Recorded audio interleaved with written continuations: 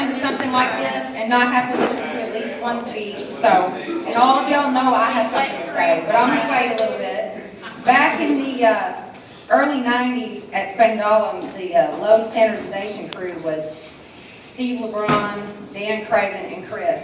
And that place apparently taught those guys the skills they need for success and leadership, because all three of them are 30-year chiefs. All three still married to the same person.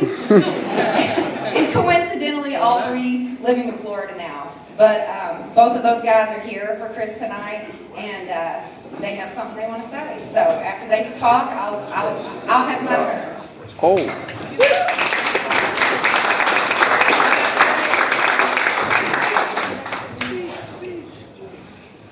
Uh-oh. Don't go anywhere. Oh. She Nikes. Okay, can everybody hear me? Yeah. Okay, I'm going to use the microphone then. As Crystal said, we were on a load crew a couple years ago, back at Spangdahlem, and we had a need for another load member. So we looked around, there really wasn't much to pick from. Am I supposed to go up there though? So we figured we'd do a charity case. I think I am. And we saw this young... Yeah, it's you. So we saw this guy that needed some help, and we brought him up and he started working with us. And we really had to work hard with him. He needed a lot of work. Yeah, he really did. So we worked with him, and obviously it worked out pretty good because he did make chief and he's retiring now. But now that you're retired, we see that you are woefully in need of some help. Continued mentorship. Some continued mentorship, absolutely, absolutely. Great. So come on up here. We have a few things for you. Yeah. First thing is you're out of regulations. Okay, you're no longer an active duty chief. I don't care what the deal is. You're not now. And as you can see, as part of this crew, to be a retired chief from this crew, you must have a team. Oh. Official Air Force Institute retirement annuity. How many people think you ought to put it on now?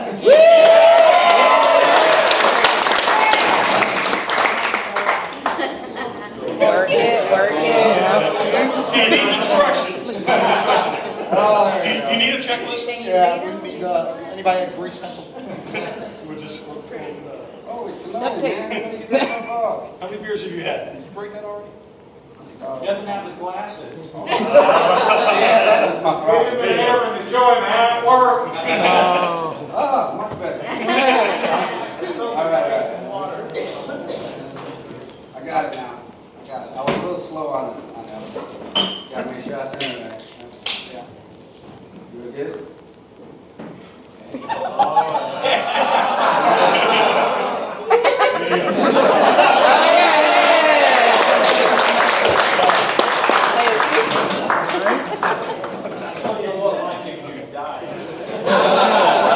Okay, and I mean that now obviously is an improvement. Okay, but one of the problems that you're going to have is people are might still think you're active duty, so we're going to help you with that too. So, would you put that on, Chris? This is going to get him out of criminal black privilege. I got one just like it. I was probably there. I got one just like it. You're less than Tricare office. right. Even on the spot. Okay. I'll put it over the top. How's that? It may be a little bit big, but we know you're going to grow into it.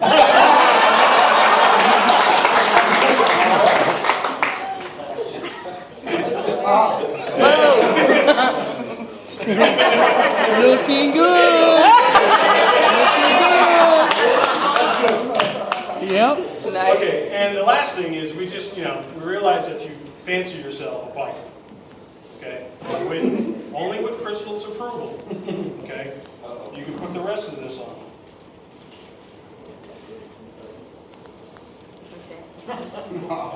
Oh, nice. All right. Y'all kind of know.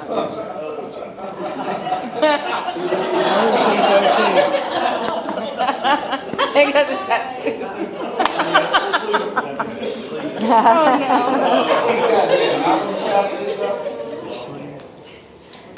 Oh, goodness. Nice. Now you're ready for retirement.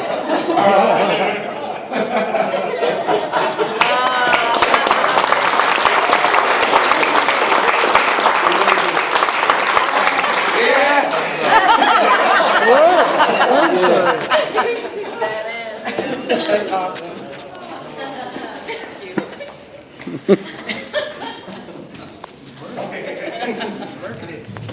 Looking good, though.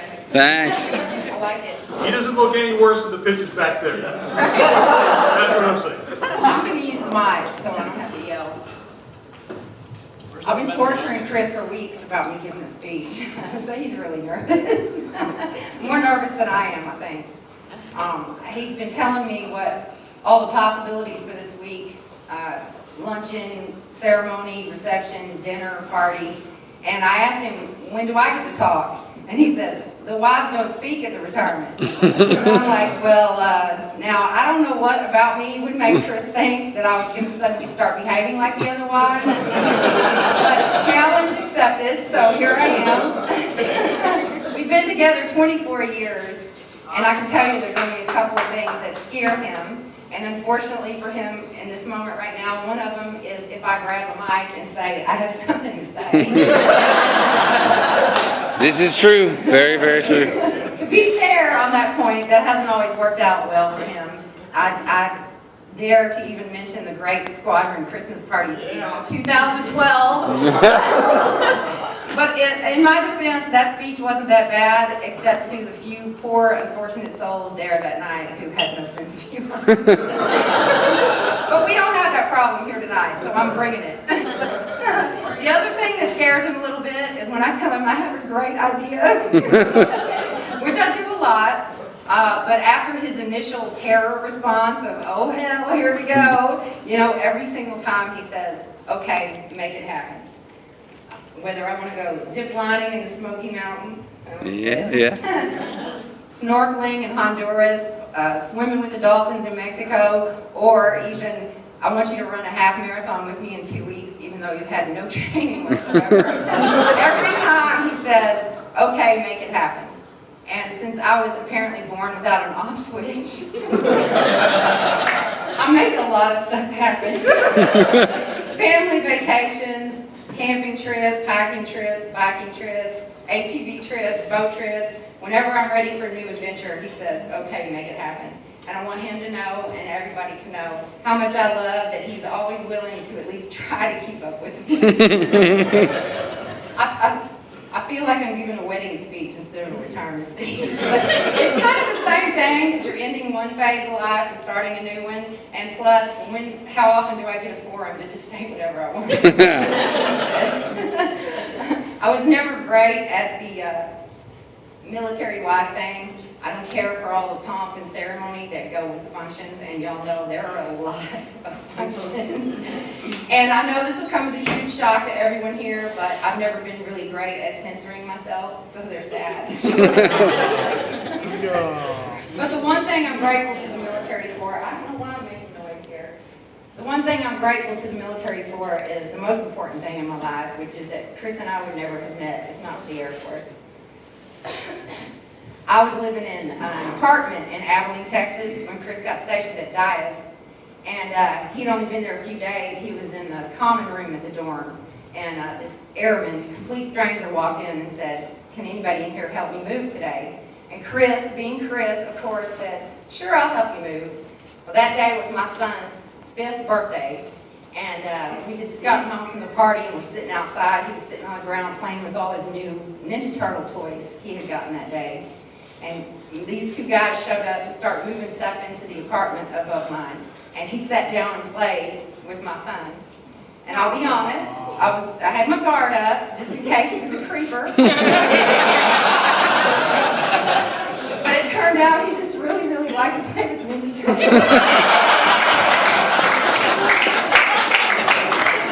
Nice. But we hung out as friends for a while before we officially started dating. But I realized really quickly that he had all the qualities I was looking for in a man, which as a single mom, were primarily TRICARE and direct deposit.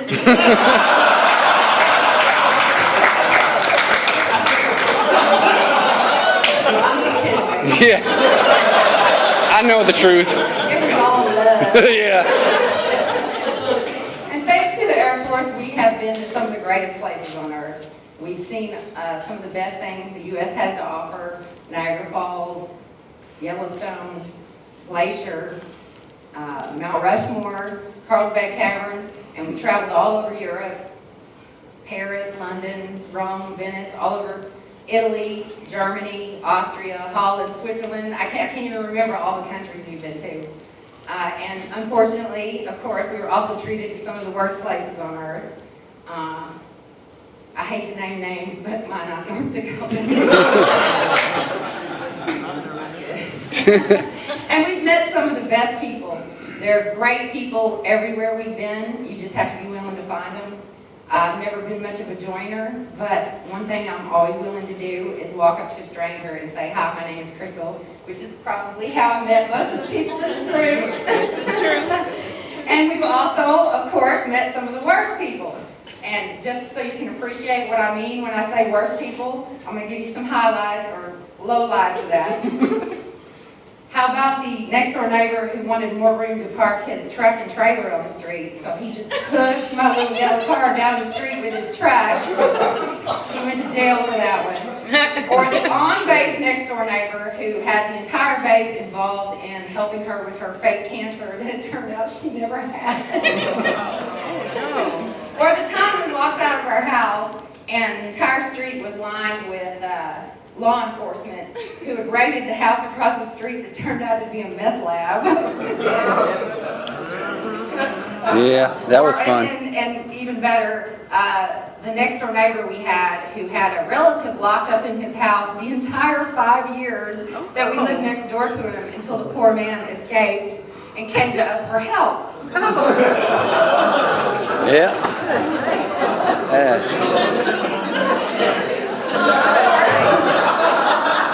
I've had a The most few. Air Forcey thing of all, the fact that he's had 6 commanders relieved of command for inappropriate and criminal behavior. Apparently, having Chris work for you is very, very bad. And on that note, if any of you guys run into Colonel Hazard next week, you might want to tell him. Eat the curse. But back to us. There's an old saying that says, those who have loved together are drawn close, those who have struggled together are forever linked, and those who have suffered together share the most sacred bond of all. I love that quote, and let me tell you, we have done all of those things. Between the PCSs and TDYs and remotes, and the trials of parenting 6 kids, and all the adventures and good times, and the heartbreaks and the losses. Chris is the one constant in my life I can always count on. Always. And that...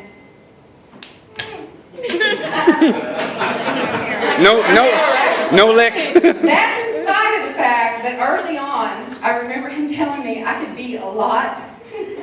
That was it, just a lot. I would like to think, had there been more words in that sentence, it would have been a lot of fun. But I sort of suspect it might be a lot to take. But regardless, we're still here. All he really wants is to make me happy. That's right. That's right. That's all he wants. And, he has my number programmed into his phone as kryptonite. So he really can't help it. He says I'm his one great weakness. That's right. That's right. And I want to give you a line from what we consider our song. And there have been times in 24 years, many, many times, when he might tell you that our song was crazy bitch. But it's not, I swear. It's actually a song called The Dead Sea, and one of my favorite lines in that song is, I needed somebody I could trust. I don't gamble, but if I did, I would bet on us. And me and Chris, we're always a winning bet. Right? That's right, baby. It's sad, it's making me cry.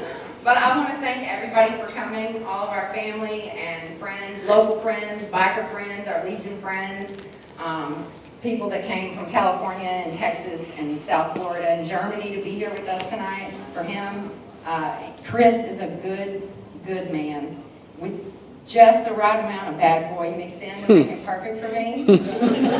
But after 30 years of the Air Force and 24 years of Crystal, I feel like he has more than earned this night and his honor to celebrate that. Thanks, man. And to everybody, every single person in this room who chose to be here tonight for him, that means something real to me, and I will never forget that. I've been so nervous about this retirement. I still am. New job, new path, all that. I have no idea where we'll end up or what we'll end up doing, but one thing I know absolutely for sure is we will be having fun, and we will most definitely be dancing, right? That's right. So, I'm going to quit talking so we can start doing some of that tonight, all right? All right. Thanks. You just hold it. Just hold it.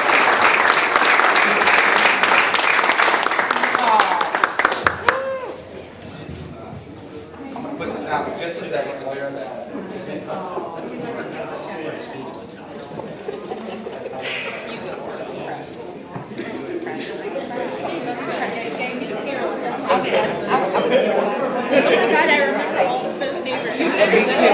But I didn't know all of the details about it.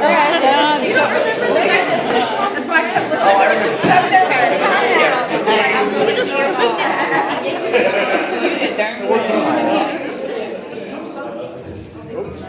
All right, well, as always, that Crystal's a hard act to follow.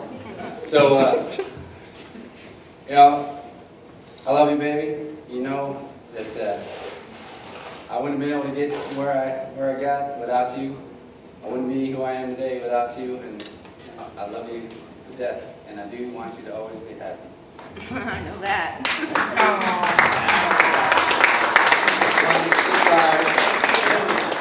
She was. Can you stand this?